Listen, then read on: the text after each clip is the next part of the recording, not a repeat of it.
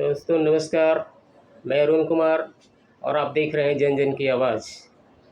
दोस्तों, डॉक्टर भीमराव अंबेडकर का जन्म 14 अप्रैल 1891 को महू में सूबेदार रामजी सकपाल एवं भीमाबाई की 14वीं संतान के रूप में हुआ था।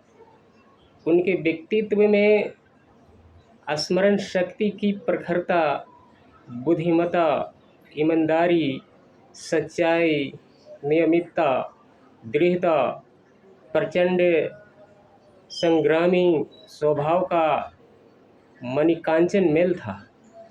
उनकी यही अद्वितीय प्रतिभा अनुकरणीय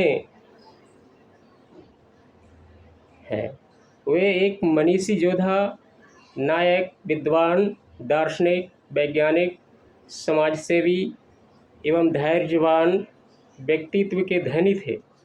वे अनन्य कोटि के नेता थे जिन्होंने अपना समस्त जीवन समग्र भारत की कल्याण कामना में उत्सर्ग कर दिया।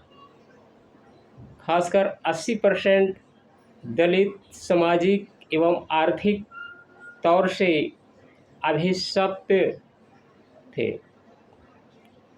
उन्हें अभिशाप से मुक्ति दिलाना ही डॉक्टर अंबेडकर का जीवन संकल्प था। संयोगवश भीमराव सतारा गांव के एक ब्राह्मण को बेहद पसंद आए। वे अत्याचार और लांछन की तेज धूप में टुकड़ा भर बादल की तरह भीम के लिए माँ के आंचल की छाव बन गए। बाबा साहब ने कहा, वर्गहीन समाज गढ़ने से पहले समाज को जाति विहीन करना होगा। समाजवाद के बिना दलित मेहनती इंसानों की आर्थिक मुक्ति संभव नहीं। डॉक्टर अंबेडकर की रणभेरी गूंज उठी। समाज को श्रेणी विहीन और वर्ग विहीन करना होगा, क्योंकि श्रेणी वे इंसान को दरिद्र और वर्ण ने इंसान को दलित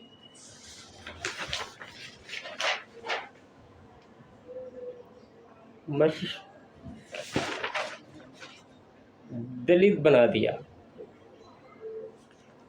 जिसके पास कुछ भी नहीं है वे लोग दरिद्र माने गए, और जो लोग कुछ भी नहीं है वे दलित समझे जाते थे।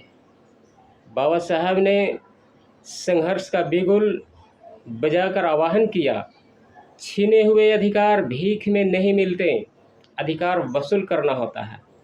उन्होंने कहा है, हिंदुत्व की गौरव बुद्धि में वशिष्ठ जैसे ब्राह्मण, राम जैसे क्षत्रिय, हर्ष की तरह वैश्य और तुकाराम जैसे शूद्र लोगों ने अपनी साधना का प्रतिफल जोड़ा है।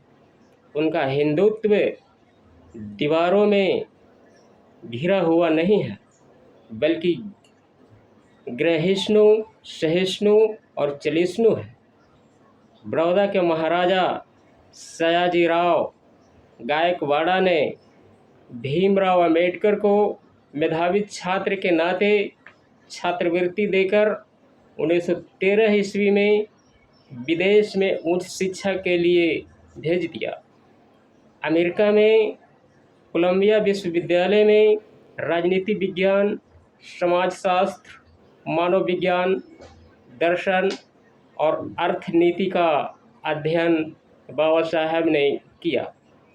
वह भारतीय समाज का अभिशाप और जन्मसूत्र से प्राप्त अस्पृश्यता की कालिख नहीं थी। इसलिए उन्होंने अमेरिका में एक नई दुनिया दर्शन किए। डॉक्टर अंबेडकर ने अमेरिका में एक सेमिनार में भारतीय जाति विभाजन पर अपना मशहूर शोध पत्र पढ़ा, जिसमें उनके व्यक्तित्व की सर्वत्र प्रशंसा हुई।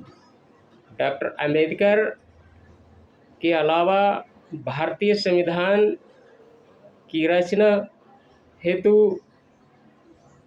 कोई अन्य विशेषज्ञ भारत में नहीं था।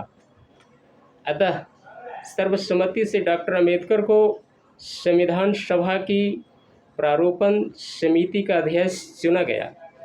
26 नवंबर 1949 को डॉक्टर अम्बेडकर रचित संविधान पारित किया गया। डॉक्टर अम्बेडकर का लक्ष्य था सामाजिक असमानता दूर करके दलितों के मानवाधिकार की प्रतिष्ठा करना। डॉक्टर अम्बेडकर ने गहन गंभीर आवाज में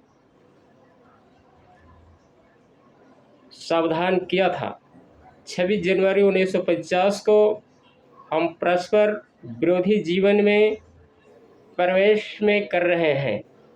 हमारे राजनीति क्षेत्र में समानता रहेगी, किंतु सामाजिक और आर्थिक क्षेत्र में असमानता रहेगी। जल्द से जल्द हमें इस परस्पर विरोधता को दूर करना होगा, वरना जो असमानता के शिकार होंगे वे इस राजनीति गणतंत्र की ढांचे को उड़ा देंगे। धन्यवाद।